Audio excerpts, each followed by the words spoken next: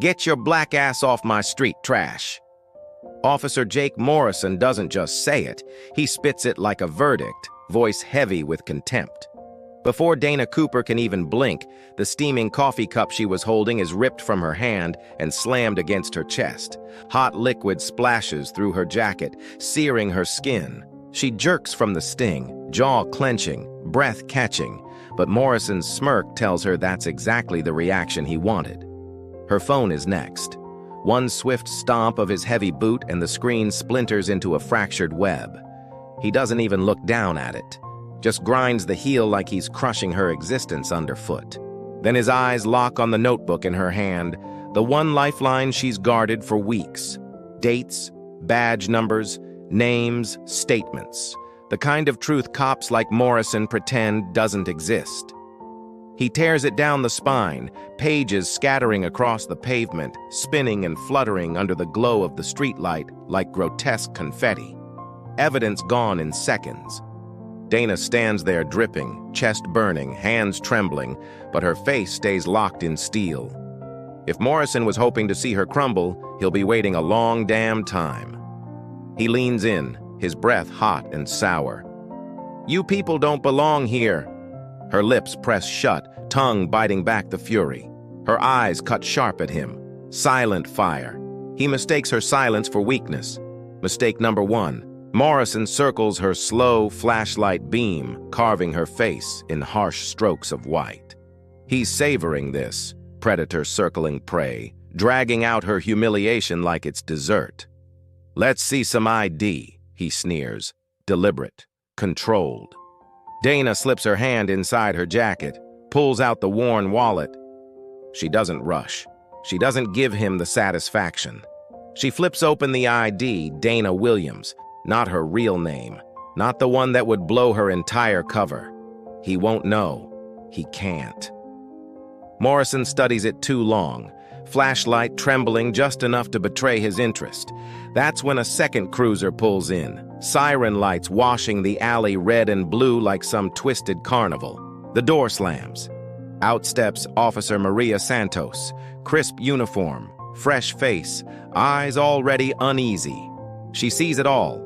The soaked jacket, the smashed phone, the scraps of paper swirling at her feet. Morrison looming too close, too personal, too damn dirty. "You good here, Morrison?" she asks, voice steady but her hand already twitching near the radio on her shoulder. "Just a routine check," Morrison snaps, eyes never leaving Dana. But Santos knows better. Her gut is screaming. And for the first time tonight, Dana feels the balance of power begin to shift. Just an inch. But an inch is all she needs. "Dispatch, running an ID check on Dana Williams," Morrison mutters into his radio. But to Santos, the words don't sound procedural. They sound rehearsed, like lines in a script. He's performing for an invisible audience, not just logging details. The response crackles back in seconds. Clean record, no wants, no warrants. Morrison's jaw tightens. He wanted dirt, needed it. Without it, his whole show falls flat. Santos studies him now, suspicion tightening in her chest. This isn't law enforcement. This is vendetta. "Wait here," Morrison orders sharply before striding back toward his cruiser. His form vanishes behind the open trunk. Then, sounds, metal against metal. A zipper dragged open, plastic rustling. Too long, too deliberate. Santos's gut twists. Her eyes shift to Cooper. Dana is soaked, freezing yet steady as stone. Their gazes lock. It isn't pleading, it's measuring. Dana is watching Santos like a chess player deciding whether her opponent will sacrifice the queen or hold the line. When Morrison returns, something in his posture has hardened. He's no longer pretending this is a routine check. His chest squares, his stride heavy with finality. Santos has seen that look before, the look of someone who's already chosen guilt before evidence. "Stand up," Morrison barks. Dana rises slow, fluid, towering taller than he anticipated. It grates him. He doesn't like looking up at anyone, least of all a black woman. "Here's the thing, Dana," he sneers, drawing out the false name like a dare. We've had complaints. Drugs, prostitution, vagrancy. You fit the profile. Santos stiffens. Profile for what? The crime of existing in the wrong skin, in the wrong zip code? She wants to speak, but Morrison is tied too tightly to her training officer. Crossing him could end her career before it even starts. Am I being detained, officer? Dana's voice is cool, even clinical. You people always know your rights, don't you? Morrison leans close, chest nearly grazing hers. Yeah, you're being detained. For investigation. Investigation of what crime? Dana presses. Her calmness isn't defiance, it's surgical. Santos realizes this woman has been here before, knows every beat of this ugly dance. I'll decide what crime, Morrison snaps. His hand taps his baton handle, once, twice, 3 times. A nervous tick Dana notices and files away, like evidence tagged in her mind. Morrison, maybe we should... Santos begins. Officer Santos. He slices her words in half without glancing at her. Run the perimeter. Make sure we don't have company. His tone isn't suggestion. It's exile. Her stomach plummets. She takes 2 steps back but doesn't leave. Her fingers hover near the tiny button on her vest. The body cam. Policy says it should be on. Reality says officers only hit record when it's safe for them. Morrison doesn't see her hesitation. He's locked on Dana, tunnel vision consuming him. I'm going to search you, for officer safety, he declares. Do you have probable cause? Dana's voice is calm but edged with something sharper now. I smell marijuana. Santos nearly scoffs aloud. The alley reeks only of burnt coffee and dumpster rot, but Morrison said the words, and in this city, that's enough.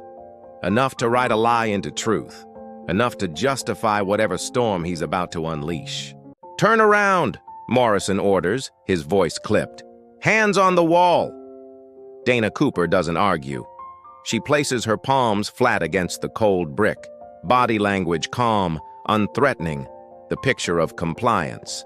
But Santos sees the truth hidden in her stillness, the flick of her eyes tracking Morrison's reflection in a puddle at her feet. Watching him, calculating. The pat-down is rough. Morrison's hands linger too long, searching not for weapons, but for dominance. Santos has seen this before. The way authority is twisted into a tool for humiliation. The way some officers use a search to remind people where they sit on the ladder. What's your badge number? Dana asks, voice steady as stone. Morrison freezes mid-search. The question hits him like a slap. His jaw locks so tight Santos can see the muscle in his cheek twitch. Nobody asks for badge numbers. Not the guilty, not the desperate. People who ask for badge numbers are people who know the system and know how to use it. You threatening me? Morrison's voice drops low, dangerous. I'm asking for your badge number. It's my right.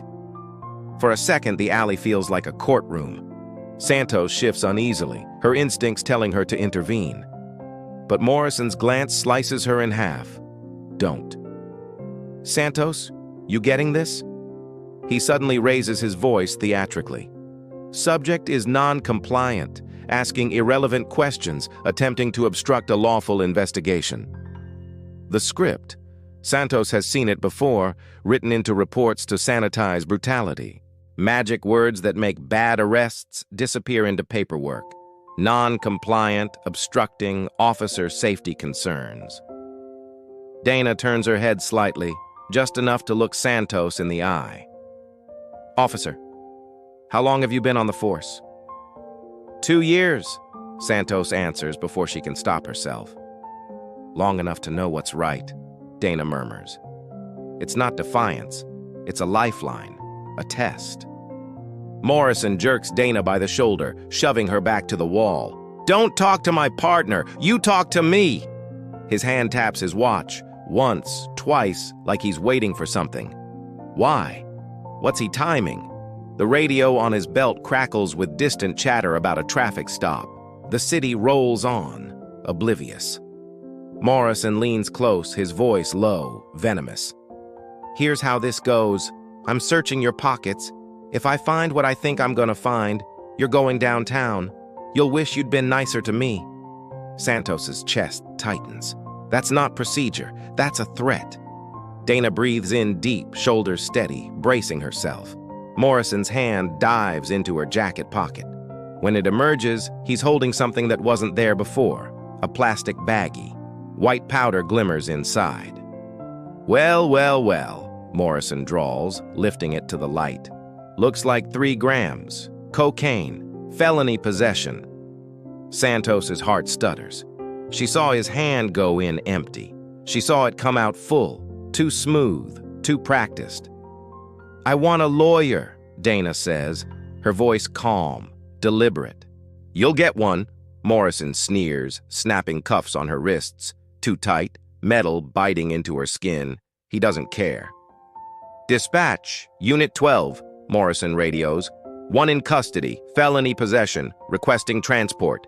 Copy, transport en route, 10 minutes. Relief flashes across Morrison's face, like a man who just pulled off a trick he wasn't too sure would land. "Santos," he orders, gesturing at the soaked, torn papers scattered across the pavement. "Bag the evidence." Santos crouches, hands trembling as she gathers the fragments. Dates, times, badge numbers, the word complaint again and again. Not random notes, records, receipts, a case being built. She looks up at Dana, and for one heavy second, their eyes meet. A silent pact passes between them. Santos knows the truth, and Dana knows she knows. Dana Cooper's expression doesn't waver. Still calm, still measured. But in her gaze now, something deeper, not fear, not anger, patience. Like she's waiting for Santos to catch up, to recognize the truth hidden in plain sight. Morrison's hand clamps on her upper arm, squeezing hard enough to bruise.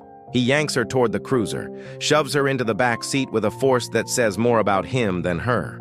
The door slams, glass rattling. Through the window, Santos sees Dana upright, posture rigid and controlled despite the cuffs. She doesn't look like a suspect. She looks like someone in command, someone who knows the game and is already 3 moves ahead. Morrison struts back, swagger dripping, and claps Santos on the shoulder. "Good collar," he says. "This is real police work, taking trash off the streets." The word trash slams into Santos like a fist. He used it before. He's using it again, like it's a private joke, like she's supposed to laugh. She doesn't. Her hand drifts to the button on her vest, the body cam. It's been dark all night following the unspoken rule, don't record unless absolutely necessary. But her instincts scream this is necessary. The baggie, the cuffs, that word. Her thumb hovers. Morrison doesn't notice. He's already climbing into his cruiser, proud of himself, ready to parade his prize downtown. Transport en route. 5 minutes. The radio chirps. Santos breathes once, deep, then presses the button. A tiny red light blinks to life on her chest. The ride to the precinct takes 12 long minutes. Santos follows behind, knuckles white on the wheel. Through Morrison's rear window, she sees Dana's silhouette. Still, unflinching, back straight against the seat. Unbroken. Santos replays the alley like a film reel she can shut off. Morrison, yes, empty hand entering the pocket. Morrison's full hand emerging with the baggie. The way Dana didn't flinch, didn't protest, like she expected this setup, like she'd planned for it. The blinking red light on Santos's vest feels heavier with every mile. She made the choice to turn it on. But now, what does she do with it? Morrison has 6 years on the job. Friends in the department, her training officer in his corner. She's got 2 years, 3 months, and no shield but her badge. The precinct parking lot looms ahead, buzzing with morning routine. Coffee cups, paperwork, uniforms streaming in. Morrison parks and yanks open the cruiser door. Dana steps out, not stumbling, not slouched, but with deliberate dignity. Each movement sharp and precise, like she's reminding them she's not beaten, just bound. Morrison grip. Santos trails Morrison and Dana into the precinct, the sharp hum of fluorescent lights filling the sterile air. The front desk glows under its own tired bulb, and behind it sits Officer Lewis, a man carved by 20 years of graveyard shifts. Salt and pepper hair, creased eyes that have cataloged every flavor of human failure. He doesn't move much, doesn't need to, just lifts his gaze, clocking Morrison's arrival, Cooper's restrained posture, and Santos's evidence bag dangling like dead weight. His eyes flicker, coffee stain on Morrison's jacket, torn papers in the plastic, Morrison breathing like he sprinted a mile. Lewis has seen enough to smell when something's off. "Got a live one, Lewis," Morrison announces too loud, too proud. "Felony possession, cocaine, found it on a lawful search." Lewis pecks at the keyboard, gaze fixed on Cooper. "Name?" "Dana Williams," Morrison fires back before Cooper's lips part. "I can speak for myself," Cooper says, voice steady. Not angry, not defiant, just precise, like a judge reading into the record. The kind of voice people listen to. Lewis's eyebrows rise slightly. "Address?" Cooper answers, calm as ever. "A shelter." Santos knows it. East Side, overcrowded, underfunded. Lewis types it in, then, "Occupation?" Morrison snorts. "Unemployed, obviously." Lewis doesn't move, just looks at Cooper. Waits. Cooper meets his eyes. "Law enforcement." The air snaps, every sound. The hum, the typing, even Morrison's smug breathing, dies. "She's lying," Morrison blurts, words cracking. "Probably trying to—" "What agency?" Lewis cuts him off, voice smooth but suddenly honed to a razor's edge. "State Police," Cooper replies without a blink. Morrison laughs, hollow now. "Yeah, right. And I'm the governor." "Lewis, book her already." But Lewis doesn't laugh. His stare drills into Cooper, weighing something Morrison can't see. 20 years behind that desk has taught him when a suspect is bluffing. And she's not. "You got ID to back that up?" Lewis asks.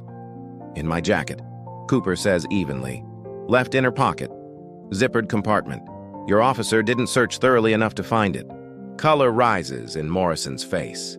"I searched. Completely. There's nothing—" Lewis raises a hand. "Where's her property?" Santos steps forward, sets the bag on the counter. Lewis upends it. Papers, granola bar, wallet, mundane scraps of a life. Then Cooper repeats. "Inner pocket, left side." Lewis looks at Morrison. "You want to check? Or should I?" Morrison's jaw tightens. "I already—" Lewis doesn't wait, he steps. The station goes dead quiet. The kind of silence that feels heavy, like the whole building is holding its breath. Santos realizes every conversation has cut short. Every officer's eyes fixed on the lobby. Lewis lays the ID on the desk with surgical care, as if it's radioactive. And maybe it is. Evidence, not of Cooper's guilt, but of Morrison's corruption. "Ma'am," Lewis says, voice transformed, now laced with respect. "I'm going to remove those cuffs. Morrison, step back." Morrison doesn't move. He stares at the ID like if he just keeps staring, the letters will rearrange into something less damning. Sweat beads at his temple. The tiny red light on Santos's vest blinks steady, recording every lie, every stumble, every truth breaking through the cracks. Lewis unlocks the cuffs. They clatter against the desk, sharp and final. Cooper brings her wrists forward, massaging the raw red marks left by Morrison's grip on power. Her eyes sweep the room. Not angry, not pleading, just seeing. "Officer Lewis," she says, her voice carrying in the stillness, smooth but commanding. "How long have you known Officer Morrison?" Lewis hesitates, glancing once at Morrison, then back at Cooper. "6 years, ma'am, since he joined." "And in those 6 years," Cooper presses, "have you had concerns about his conduct?" The question cuts deeper than handcuffs. The unspoken code, the brotherhood of silence, hangs like a noose around Lewis's neck. Santos can almost see him decide whether to tighten it or break it. "Yes, ma'am," Lewis says finally, his voice firm. "I have." Morrison falters, knees bending, hand groping for the desk. His face is collapsing, disbelief painted over panic. His mouth opens, but no excuses come. Santos's body cam captures it all, the crack in Morrison's armor, the quiet revolution spreading across the room as other officers stop pretending not to notice. Shift change means witnesses. Too many to bury this. Cooper straightens in the center of the lobby, rubbing her wrists, every movement deliberate. Morrison is frozen 3 feet away, twitching toward his radio but never pressing the button. A man paralyzed between fight and flight. "I need to make a phone call," Cooper says calmly. Lewis nods, already deferential. "Interview room is..." "Here," Cooper interrupts. "I'll use the phone here." Santos blinks. Of course. Cooper wants the entire precinct to hear. Lewis slides the desk phone toward her. She lifts the receiver, hand steady as granite. Dials from memory. Ring 1, ring 2. "You can't," Morrison blurts, panic cracking his voice. "Shut it, Jake," Lewis snaps. Click. A crisp, professional voice answers, "Office of the Governor. How may I direct your call?" The words ripple across the room like thunder. Someone drops a coffee cup. It rolls in a slow, useless circle. "This is Commander Cooper," she says into the receiver. "Priority 1. Put me through to Governor Patterson." The line clicks. Hold music.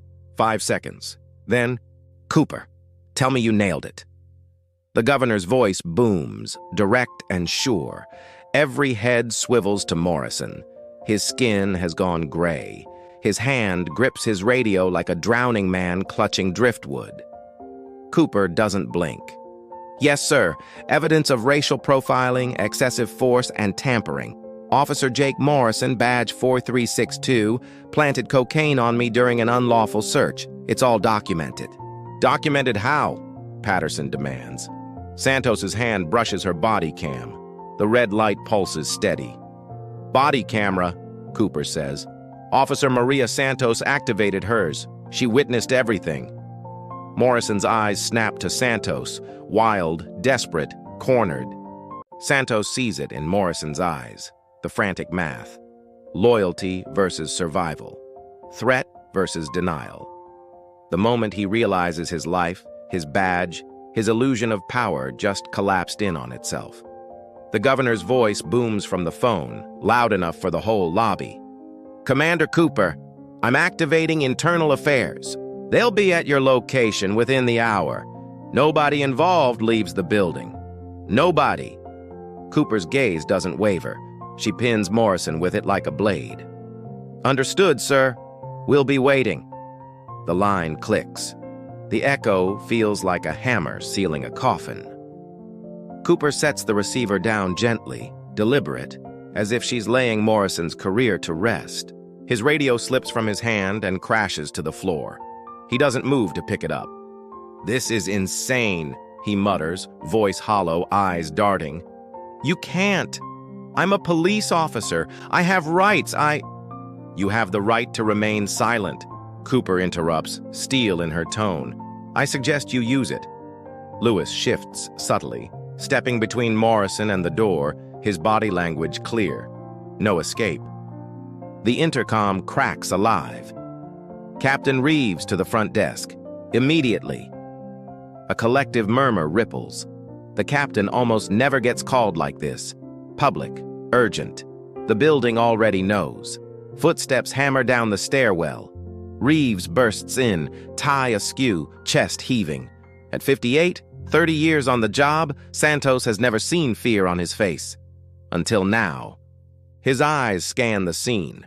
Cooper upright, unshaken despite coffee stains on her jacket. Morrison, gray-skinned and trembling. Lewis planted like a guard at the door. The desk phone still buzzing with the weight of power. "Commander Cooper," Reeves says, careful, reverent. I apologize, I wasn't informed." "That was intentional," Cooper replies coolly. The evaluation was need to know. You weren't on the list. The words cut deep. Reeves flinches, runs a hand through his gray hair. His fingers shake. What do you need from me? Officer Morrison is not to leave this building, Cooper says. Place him in an interview room under observation until Internal Affairs arrives. No phone calls, no files, no conversations. Reeves nods, turns. Jake, come with me. Morrison doesn't move. His eyes stay locked on Cooper, wide with desperation. This is entrapment. You set me up. I gave you every chance to do the right thing, Cooper says, voice colder now, stripped of patience. You saw a black woman alone on the street and decided she was trash. You stripped her of dignity, planted evidence, falsified reports. Those were your choices, Officer Morrison. I didn't make them for you. The words slam into the lobby, the kind that make even bystanders stop breathing. Morrison stumbles back, his hand groping for the desk like it might hold him upright. I want my union rep, my lawyer. You'll get them, Reeves cuts in, flat and hard. But first, you're going into that interview room. Lewis, escort Officer Morrison to IR3. Stay with him until IA arrives. Lewis moves forward. Morrison, pale and shaking, has no choice but to follow. But as he passes Santos, he halts, turns his eyes on her like a man drowning, looking for a rope. You recorded this, he whispers, voice raw. Didn't you? Your body camera. You recorded everything. Santos meets his gaze, her hand brushing the small blinking light on her vest. She remembers the hesitation in the alley, the choice she almost didn't make. Now Morrison's whole life hangs on it. Yes, Santos says, her voice steady despite the pounding in her chest. I recorded everything. The words land like a final gavel strike. Morrison's face buckles. Not anger now, but collapse. A man stripped bare, realizing there's no exit, no spin, no way to bury what's been caught in cold digital truth. Lewis grips his arm, not cruel, but firm. Come on, Jake. Morrison shuffles toward the interview rooms, feet dragging like he's already halfway to prison. The lobby remains utterly silent, the air thick with something between awe and shame. Every eye follows him until the door swallows him whole. Cooper turns to Santos, their gazes lock. To Santos's surprise, she sees gratitude there. Quiet, sharp, undeniable. Officer Santos, Cooper says softly. Thank you for turning on your camera. Santos nods, afraid that if she speaks, her voice will break. The adrenaline is wearing off, leaving her hands tingling, her throat tight. That took courage, Cooper continues. Real courage, the kind this job needs. Reeves clears his throat, awkward in the heavy silence. Commander, my office is available. Fresh clothes, coffee, whatever you need. I'll wait here, Cooper replies, calm but unyielding. Until Internal Affairs arrives, I want the chain of custody airtight. No gaps, no excuses. Santos recognizes the calculation. Cooper doesn't trust this precinct, not even now. She's not letting her case or her truth vanish in the shuffle. The station slowly lurches back into motion, though nothing feels normal. Phones ring, keyboards clack, coffee brews, but everyone's movements are stiff, cautious. Eyes flick to the lobby, to the woman standing unbowed with faint red cuffs marks on her wrists, to Morrison locked behind a door like a contagion finally contained. Santos's hand grazes the body cam on her vest. The red light still blinks, still recording, still bearing witness. Cooper waits, not sitting, not sipping water, not flinching. For 43 long minutes, she stands like a sentinel, alert, immovable, commanding the space without speaking. Officers pass by, casting nervous glances, conversations snapping shut whenever her eyes turn toward them. 7:48 a.m. The calm breaks. 3 black SUVs scream into the lot, tires screeching, doors flying open in sync. From inside, 6 figures in dark suits emerge, moving with a predator's efficiency. Not cops, not locals, a strike team. Leading them is a woman in her 50s with iron posture and a briefcase held like a weapon. She strides through the front doors, the air shifting with her presence. "Commander Cooper," she says, extending a hand. "Deputy Commissioner Walsh, Internal Investigations. The governor briefed me personally. Are you all right?" "I'm fine," Cooper says, clasping the hand with steady force. "The evidence must be secured immediately. Officer Santos has the body cam. Morrison's dash cam and GPS logs need to be pulled, and I need full access to his internal affairs file." Walsh doesn't blink. She already has a tablet out, fingers moving rapid fire. "We're on it. Captain Reeves, Morrison's service record, his IA file, and a complete case history for the past 24 months. Arrests, citations, every scrap of paper he's touched." Reeves looks hollow, older by a decade than he did an hour ago. He nods stiffly. "Yes, ma'am. Right away." Walsh's eyes snap to Santos. "Officer Santos, you're the one who activated your body cam?" Santos swallows, throat dry. "Yes, ma'am." "That footage is now evidence in a state-level investigation," Walsh says crisply. "I need your camera surrendered immediately, and a detailed statement under oath." The blinking red light on Santos's vest suddenly feels heavier than her badge. Relief hits Santos like a tidal wave. For the first time since the chaos began, her lungs feel like they can take in air. She steadies herself against the wall, dizzy but grateful. Walsh's eyes flick toward Cooper, sharp and unblinking. Cooper steps in close, lowering her voice but not her resolve. "Morrison planted cocaine on me. It should still be logged in evidence intake. Get it processed for Prince DNA." Walsh freezes for half a heartbeat, then her jaw hardens like granite. "Planted evidence?" she says, her voice carrying the weight of a gavel. "That's not just a crime, that's a career death sentence. Multiple felonies." "Try systemic felonies," Cooper replies coolly. "And I'd bet this wasn't his first time." The temperature in the room shifts. Walsh doesn't waste another breath.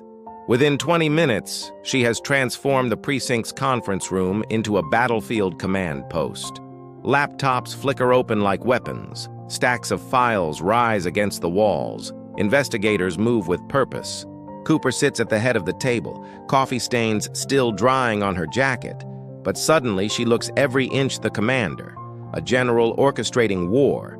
Santos stands near the door, her body cam surrendered, yet Walsh insists she remain. "You're not in trouble, officer. Quite the opposite. You're a material witness. Stay where I can see you." Down the hall, Morrison rots inside interview room 3, flanked by 2 guards like a caged animal. Walsh cracks open her slim laptop.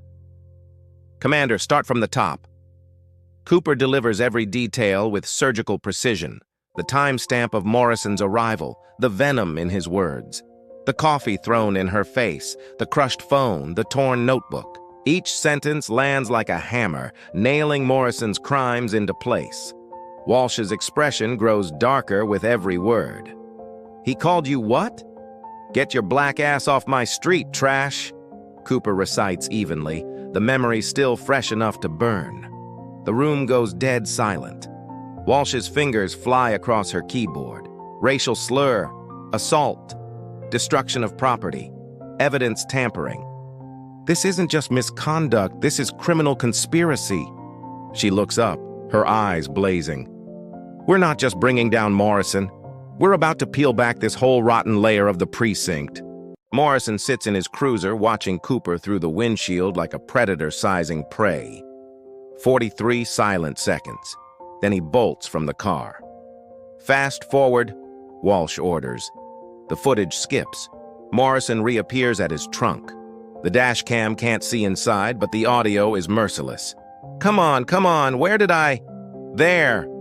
A metallic scrape, a zipper's hiss. "Just need one more insurance policy," Morrison mutters. Walsh's hand shoots up. "Rewind, again." The room listens twice, 3 times. Morrison's voice, smug and incriminating, fills the speakers. He's talking about the drugs, Cooper says flatly. That's not reaction, that's premeditation. Jenkins, Walsh barks. GPS logs, 0530 to 0620. Jenkins's fingers fly. A map pings to life. He left patrol at 0532, drove to the Grant Street impound facility, logged in at 0541, logged out at 0552, 11 minutes inside. Walsh narrows her eyes. What's at the impound facility? Cooper answers, her voice ice. Evidence storage. The room freezes. Jenkins cross-references access logs. Locker 7B, case 209443. Drug seizure, March 2019. Scheduled for destruction. Postponed. By Sergeant Philip Hendress. Cooper leans forward, eyes burning. Hendress is Morrison's direct supervisor. Walsh's jaw sets like concrete. So Hendress kept contraband alive so Morrison could weaponize it? That's not misconduct. That's conspiracy. We bring him in. Reeves checks his watch. He's due here at 0800. That's 3 minutes. Straight here, Walsh orders. No detours, no desk. Straight to this table. Cooper slides her phone across. I've documented complaints. 3 months' worth. 8 official filings in 2 years. 6 from black complainants. 7 involving drugs. All dismissed. Signed by Hendress within 72 hours. Walsh scrolls the images, her face darkening by degrees. This isn't oversight. This is systemic. Deputy Commissioner, Jenkins calls. Morrison's arrest record. 73 arrests in 2 years. 61 black or Hispanic. 49 drug busts. Department average, 18%. His, 67. Walsh doesn't blink. Pull them all. Body cams, dash cams, case files. If he did this to a state commander, how many powerless people never stood a chance? Santos feels her stomach turn to stone. How many innocent lives twisted because they all stayed silent. Walsh cuts through the silence. Officer Santos, you broke the chain. Don't carry guilt. Carry that. A knock interrupts. A uniformed officer pokes in. Deputy Commissioner Sergeant Hendress just arrived. Walsh stands, every inch the predator now. Bring him in. Seconds later, Phil Hendress enters, barrel-chested, swagger in his walk. But when his eyes sweep the laptops, the investigators, and finally land on Cooper, all that bravado leaks out. His face drains white. Commander Cooper, Hendress says carefully, like a man stepping onto thin ice. Cooper doesn't blink. Sergeant Hendress, sit down. We've been waiting for you. Walsh swivels the laptop toward Hendress. The frozen dash cam frame glares at him like an accusation. Case number 209443, Walsh says, voice like steel. Drug evidence that should have been destroyed 6 months ago. You postponed the destruction. Why? Hendress blinks, sweat beads at his temple. There was a paperwork issue. Walsh doesn't even blink. Morrison accessed that locker this morning at 0541, 47 minutes before he planted cocaine on Commander Cooper. Did you give him the access code? No, I didn't. Hendress's tone wavers, his voice too quick. Cooper leans in, eyes locked on him. Sergeant Hendress, I reviewed 8 complaints filed against Morrison. You investigated everyone. You dismissed all within 72 hours. Witness statements, medical records, photographic evidence, all thrown out. Explain that. Silence. Hendress's throat works, but no sound emerges. Your options are limited, Walsh cuts in, her voice cold enough to frost glass. Cooperate and maybe shave years off your sentence, or go down with Morrison. Either way, your badge is gone. The question is, 5 years or 10? The room hangs heavy. Everyone can hear Hendress's shallow, panicked breathing. Finally, he breaks, his voice barely above a whisper. Morrison caught me skimming cash 2 years ago from evidence seizures. He said if I buried his complaints, he wouldn't report me. I made them disappear. The room explodes into motion, investigators typing like gunfire, Walsh firing off commands. Cooper doesn't move, doesn't speak. She just watches Hendris unravel, her expression unreadable. Walsh rises to her full height. "Sergeant Philip Hendris, you're under arrest for evidence tampering, conspiracy to violate civil rights, and theft. You have the right to remain silent." As Walsh Mirandizes him, Santos catches Cooper's eye across the chaos. Cooper gives the smallest nod. "You did good." Santos nods back, heat rising behind her eyes. For the first time in years, she feels like a real cop. 3 hours later, the precinct parking lot hums with the weight of fallout. 2 unmarked SUVs roll away. Morrison sits in the back of one, cuffs biting into his wrists, eyes blank and hollow. In the other, Hendris collapses into his palms, the swagger gone. The morning sun is cold and merciless. Cooper watches until the vehicles vanish around the corner. Captain Reeves approaches carefully, his face lined with shame. "Commander Cooper, I want to apologize. If I had known—" "You should have known," Cooper cuts in. 8 complaints in 2 years. Arrest stats that screamed bias. You had the data. You chose not to look. Reeves swallows hard. "I'll submit my resignation." "No." Cooper's voice slices like a blade. "You'll stay. You'll fix it. Because if you walk away, someone else takes over who didn't see what happened today. Let it change you." Reeves nods, pale but resolute. From the doorway, Santos steps out, uniform wrinkled, exhaustion heavy on her face. Cooper calls to her, "Walk with me." They move toward Cooper's car, parked 3 blocks away. "You're wondering if you did the right thing," Cooper says. Santos doesn't answer. She doesn't need to. "Morrison's wife called, crying. They have 2 kids. And how many kids lost parents to his lies?" Cooper counters. "How many families shattered because he planted evidence?" Santos drops her gaze. "I know. It's just, I worked with him 2 years. "Racism doesn't require monsters," Cooper says softly. "Just people who see someone like me and think trash." At the car, Santos asks, "What happens now?" Walsh's team tears apart every case Morrison touched. Some convictions overturned, some people freed. Morrison? 5 to 7 years minimum. With your footage, probably more. Santos swallows. "Did you know he'd plant it?" "I suspected," Cooper admits. "But I didn't know until I felt that baggie drop into my pocket. If I'd revealed myself, he'd still be on the street, just smarter. Men like Morrison don't stop until they're caught red-handed." She opens the car door. "You saw wrong and documented it. That's the job. Not protecting cops, protecting people." Santos straightens, shoulders firm. "What do I do now? Half the officers will hate me." "Probably," Cooper says. "But the half who came here to help people, they'll respect you. That matters more."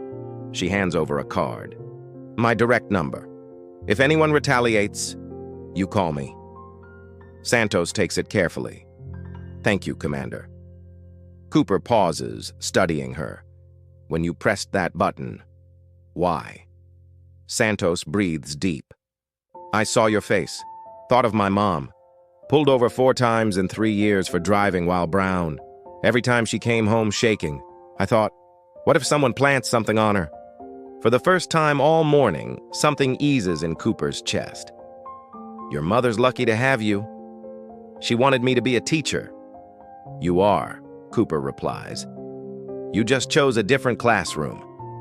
Santos squares her shoulders, heading back toward the precinct. Cooper starts the engine, then dials. The governor answers instantly. "Cooper, tell me you're all right." "I'm fine, sir. Morrison and Hendris are in custody. Walsh has the evidence, but we need to talk about the audit list, about the other precincts." She looks at her tablet, the list glowing like a minefield. "How many more?" the governor asks. Cooper doesn't answer right away. The silence says enough. 36, sir, and that's just Pennsylvania." The governor exhales like the number punched him in the ribs. "You know what this means? The lawsuits, the media, the political fallout?" "I know," Cooper says. Her voice is calm but unyielding. But there are men and women rotting in cells for crimes they didn't commit. They deserve justice, no matter the cost. The line goes quiet. Finally, the governor says, "Agreed. When can you start the next audit?" Cooper shifts gears, pulling out of the parking lot. "Give me a week. Morrison's arraignment comes first. After that, I'll be ready." "What you did today matters," the governor says. "You didn't just expose a bad cop, you changed something fundamental." Her eyes flick down to her jacket, the coffee stain stiff in the fabric. She feels the bruises on her wrists, the ghost of the torn notebook. Evidence lost, but not forgotten. She remembers Santos's trembling hand pressing that button. "It wasn't just me, sir," Cooper says softly. "It never is." She ends the call. The city is waking. Buses rumble, kids in backpacks trail along sidewalks, office workers clutching thermoses rush toward their grind. Cooper drives through it, silent, her reflection split in the windshield by red dawn. At a bus stop, she locks eyes with a black woman, middle-aged, tired from life's grind.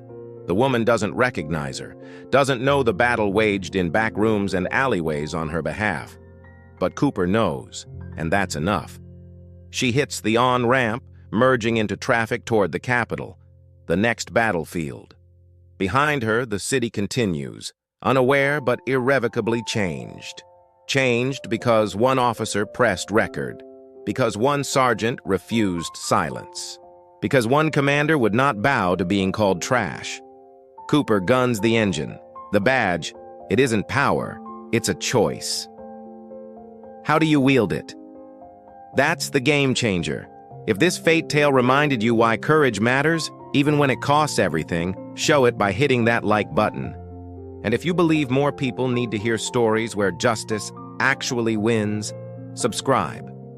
Because there are 36 more precincts on Cooper's list, and every single one has a fate tale waiting to be told.